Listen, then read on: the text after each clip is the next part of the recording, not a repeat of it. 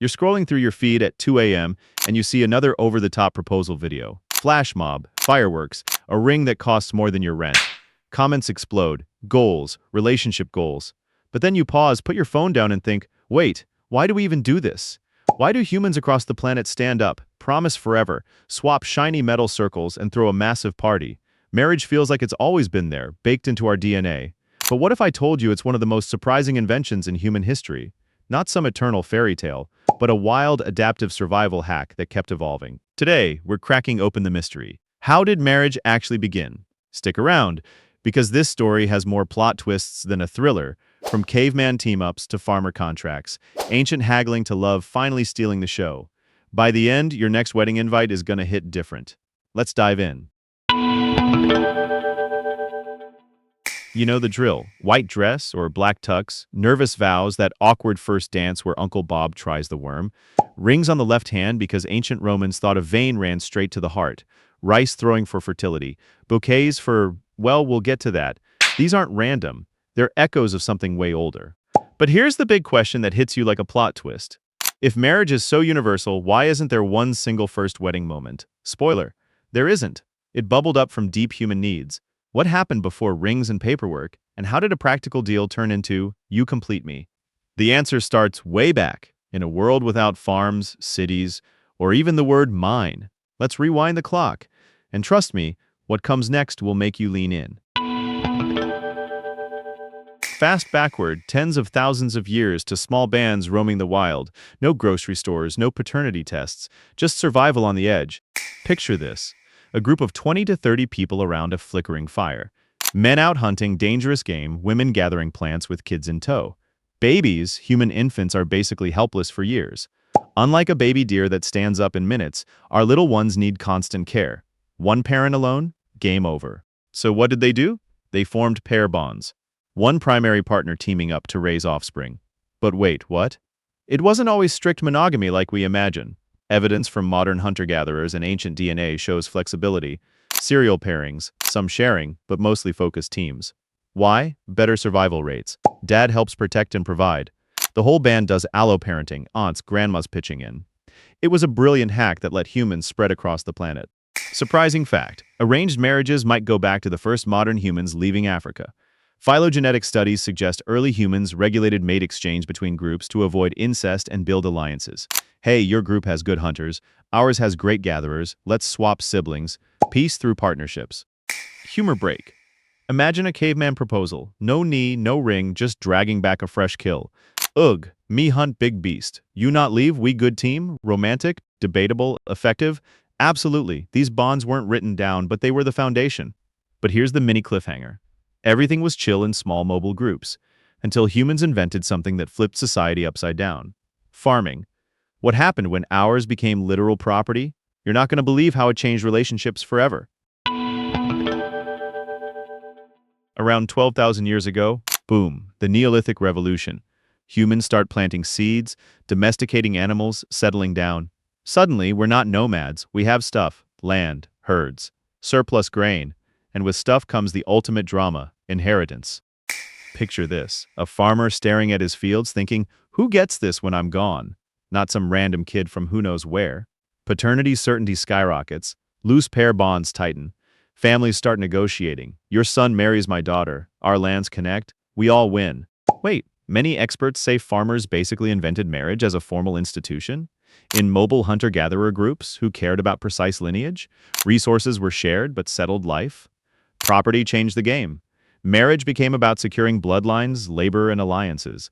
No more casual, we're together-ish contracts incoming. Humor alert. First farmer dad, daughter, that boy from the next plot has superior irrigation ditches. Love? What love? We'll all starve otherwise. Practicality over passion. Surprising fact. Before agriculture, some groups had more communal setups, multiple partners, less emphasis on the father. Farming locked in the nuclear-ish family model we recognize, but what did the first recorded marriages actually look like? Head to Mesopotamia, where clay tablets spill the tea. Fast forward to about 2350 BCE in ancient Mesopotamia. This is where we hit the jackpot, the earliest written evidence of formal marriage ceremonies uniting one man and one woman. Clay tablets record it all. Picture a bustling market in Sumer, families haggling like it's Black Friday, 20 sheep, some barley, and my best tools for your daughter, bride price paid by the groom's side to the bride's family, dowry coming back the other way, scribes etching contracts on wet clay, legally binding. It wasn't buying a wife exactly, but a serious economic and social deal for stability and heirs. Wait, what? In some Babylonian accounts, there were wild public auctions for brides. Beautiful women went first with high bride prices.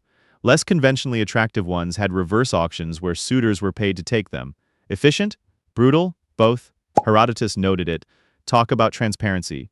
Ceremonies involved feasts, witnesses, and the bride moving to the groom's household. Divorce, possible, but with penalties. It was about family alliances, not just two hearts. Kings used it for politics, commoners for survival. But Egypt next door had its own twist. What happened when we crossed the desert? The mystery deepens. In Egypt, it was often simpler at first. No massive legal ceremony required early on. A woman literally moving her belongings into a man's house with family blessings and gifts made it official. Emphasis on building a happy, fertile home. Contracts came later for protecting property. Surprising fact, Egyptians had beautiful love poetry celebrating couples before and after marriage. Affection was real. Pharaohs had multiple wives or harems, but regular folks leaned monogamous. Women had decent rights. They could own property, divorce, and take their stuff with them. Imagine explaining modern Tinder to an Egyptian scribe. You swipe, we negotiate goats and check fertility omens. These river civilizations nailed the practical side. But what about the glamorous empires of Greece and Rome? Did they add romance, or just more rules and drama? Jump to Greece. Marriages were straight-up family business. Girls often married in their mid-teens to men twice their age. Dad arranged it for status, legitimate children, and citizenship. The wedding formula, something like, I give this woman for the plowing of legitimate children. Romantic, right? Not the priority. In Sparta, super state-focused, strong warrior babies. Weddings included ritual kidnappings. Picture the groom's buddies stealing the bride while families pretend fight. Rome cranked it up. Strict monogamy for citizens, one legal wife, early on.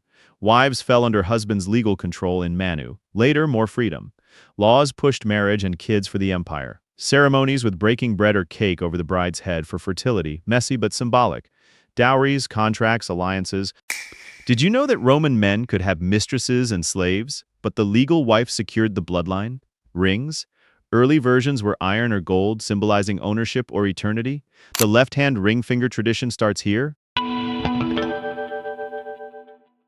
In Mesopotamia, full-on family negotiations like buying a used chariot.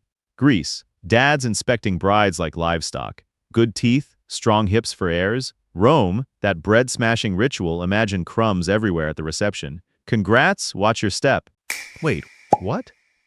Some cultures had mock battles or the groom's friends carrying the bride away, kicking and screaming ritually. Today, we fight over who sits with crazy Aunt Karen. Another zinger, Herodotus's bride auctions. Highest bidder for the hot ones, dowry paid for others. Brutal efficiency, modern equivalent, maybe competitive reality TV. These deals were serious business with parties attached. Ours hide the economics under romance, both chaotic. But what changed when love tried to crash the party? It took centuries, and the shift is wild.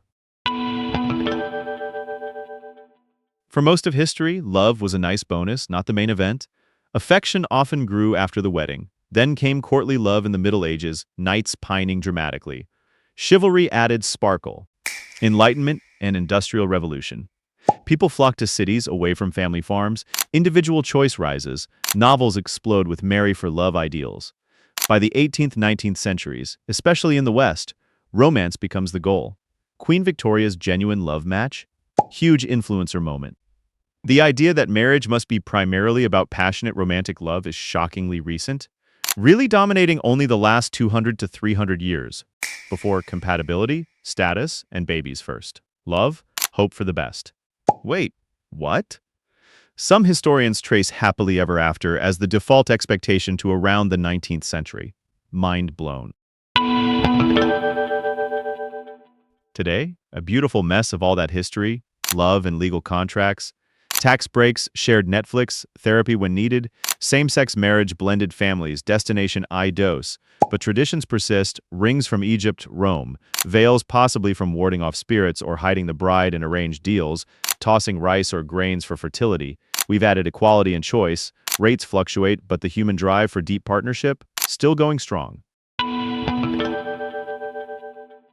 So, how did marriage begin? Not with one lightning bolt invention, but as humanity's clever response to raising helpless babies, owning land, building empires, and eventually chasing that heart-fluttering connection. It survived because it adapts from survival teams to power alliances to soulmate searches.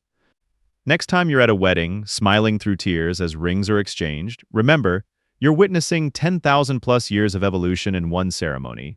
Messy, hilarious, practical, profound. Marriage isn't perfect, but it's one of our greatest hacks for turning strangers into family.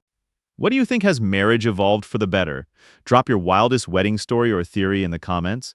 If this blew your mind, smash like, subscribe, and share with that one friend who's always asking deep questions at 1 a.m.